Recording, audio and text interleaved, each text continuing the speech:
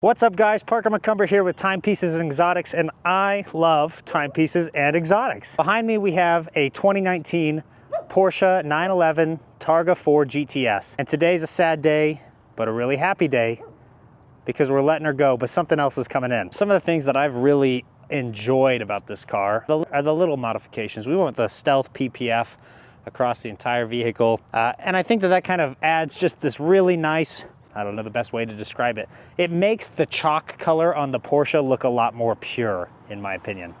We also smoked out the side markers, and that gives it a lot more of an aggressive kind of look.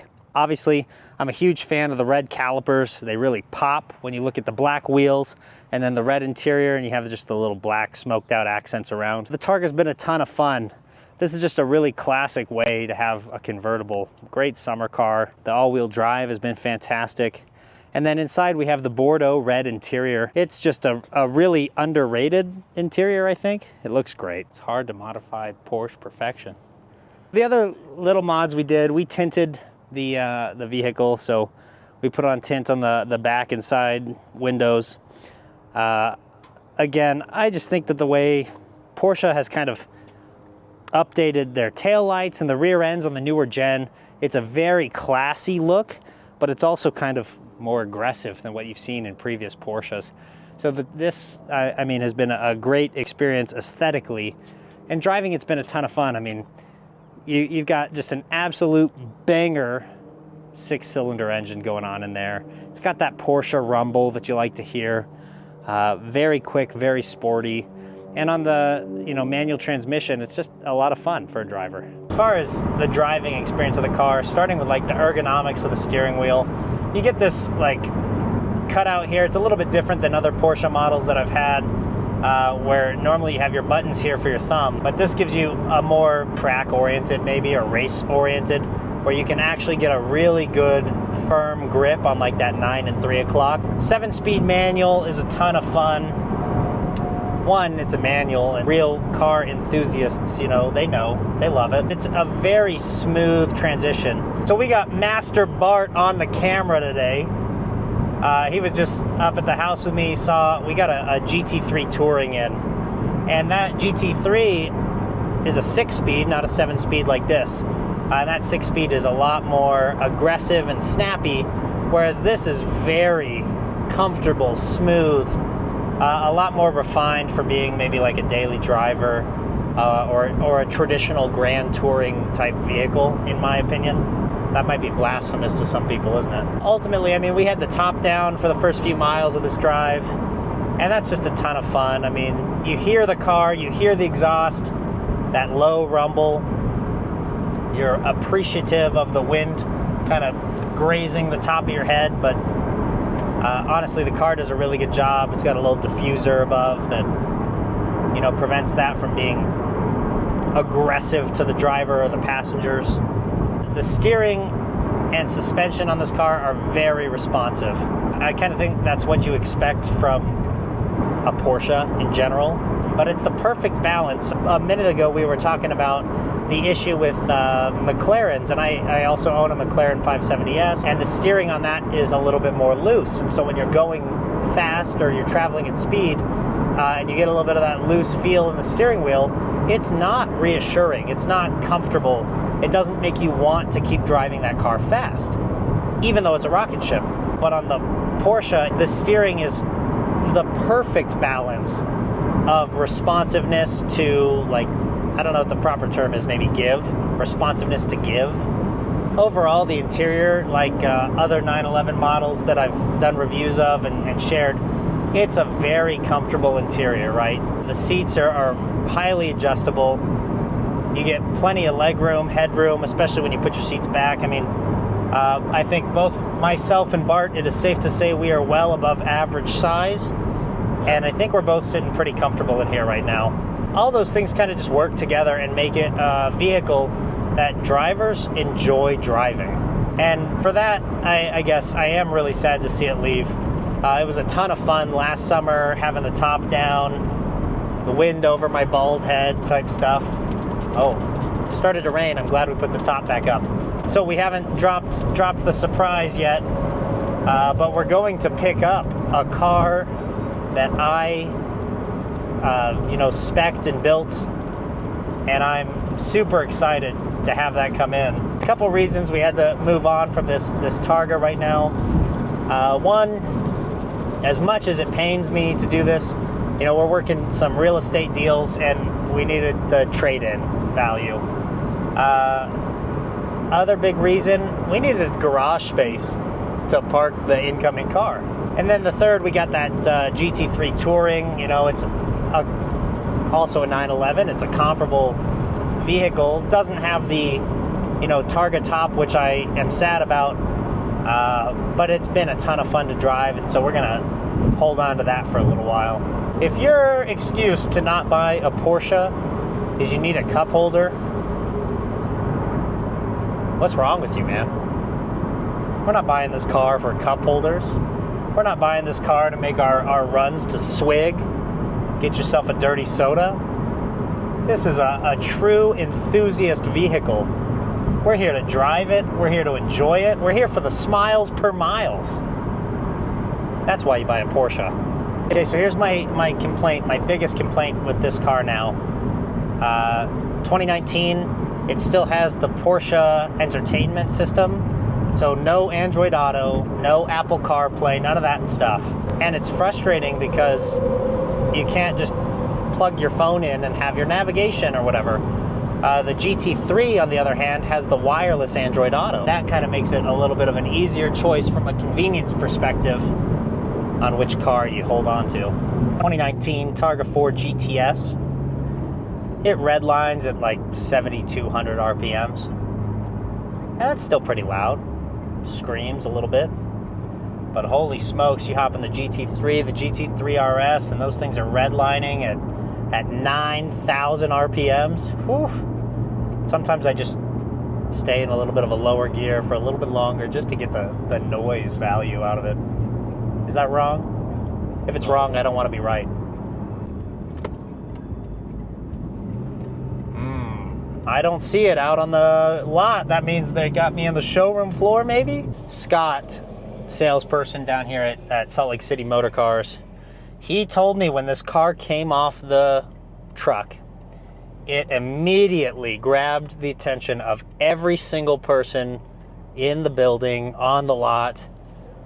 It just totally lit up everything around it. I'm very excited to see how this spec and build turned out in person. But man, the pictures, the little teasers I've got so far, it is a breathtaking vehicle. Slide open that box. Oh my gosh. The detail on everything Right? is just kind of striking. Oh my goodness. I'm holding a Lamborghini key. Who would have ever thought?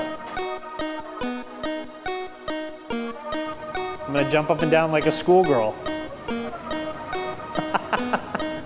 That color is so freaking bright. I love it.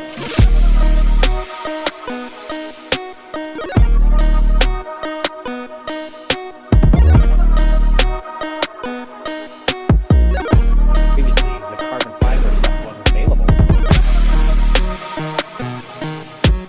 I spec'd it myself, and I'm very excited to see it come to fruition.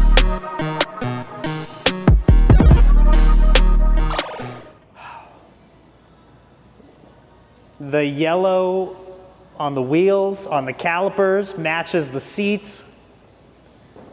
It all just pops. This is so freaking awesome.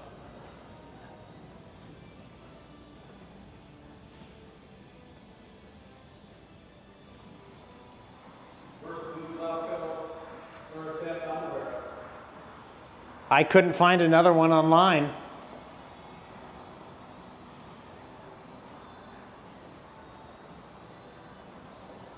It looks so good. Thanks for letting me be part of it. Congratulations. I appreciate you being a part of it. Absolutely. It is Christmas back here. Scott, I'm getting into trouble. I'm finding all the things. A matching shirt. That's so cool.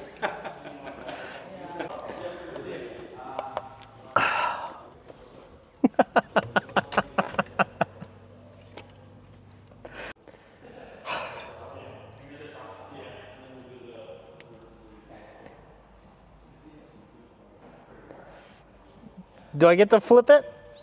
Let's do it. Light it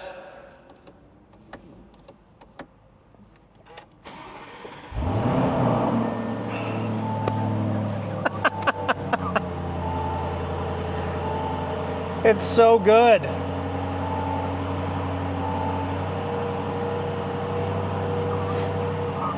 This is a very emotional experience at this point.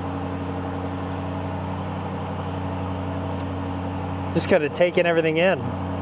Honestly, everything about this car, the spec that we created, the build, it's insane. It's immaculate. We got the carbon fiber throughout. The yellow is all connected to the yellow calipers, the yellow pinstripes on the wheels. It pops with the color. Everything about it, I think, is just absolutely gorgeous, and it looks great, and it feels great. I'm really excited for the car.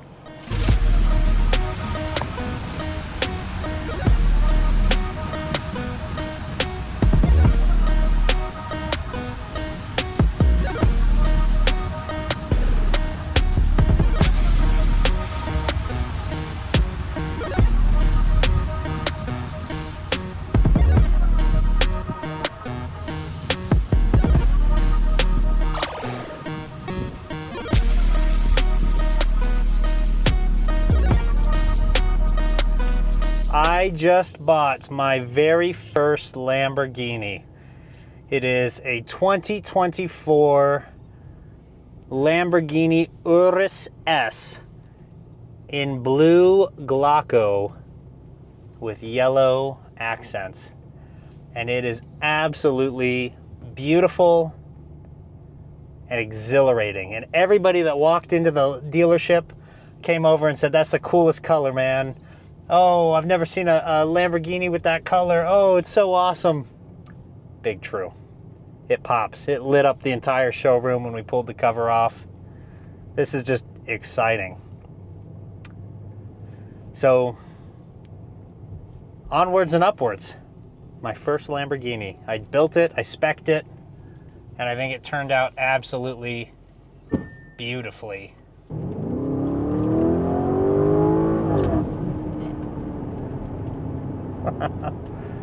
That was stupid fun. Yeah. My first pull in a Lambo. My first pull in my Lambo. Oh, POV, you just got your first Lamborghini. So we do have another car on order back there with Scott that we'll be back for in a couple months. But this is my first Lamborghini. Obviously, a huge milestone for me personally and for Timepieces and Exotics. Remember, you get your I Heart Timepieces and Exotics shirts on timepiecesandexotics.com. Huge milestone. It's really exciting to be to have picked this car up. There's an accident in front of us, so really anticlimactic. So we just drove by, a water main had burst in the middle of the road. It's flooding the road right now. When the city wants to tell me I can't water my yard, well, how about you get your water conservation together first, bud? You out here breaking water mains in the middle of the street, water in the concrete. All I was really getting at was that it's a really exciting experience to pick up your first Lamborghini. And I'm very, I guess, excited and appreciative of the fact that, like, this is a car that I built, that I spec'd, that, you know, it's like really exciting to see it come to fruition, the work that you put into it, the design you put into it. So I'm excited, really excited for it. And it already is just a lot of fun. I mean, as far as an SUV goes, it's like, because we have SUVs, we've had others. My wife has a big GMC Denali right now. It's just very responsive. Like, it's an SUV, but it's driving like it wants to be a sports car. So I'm a fan of that for sure. This Lincoln's like, I'm not letting you get in. Screw you for having a Lamborghini. Hey, if you're watching this on YouTube, which I'm hoping you're watching this on YouTube, if you follow my page, The Real Parker McCumber, or Timepieces and Exotics, this year I'm doing a charity drive, and for every follower I get, I am donating to an organization called Charity Water. And Charity Water builds wells or water supply for underprivileged, underserved communities across the globe. So for every subscriber I get, I'm making a donation to Charity Water. So like and subscribe. I found the self-driving button.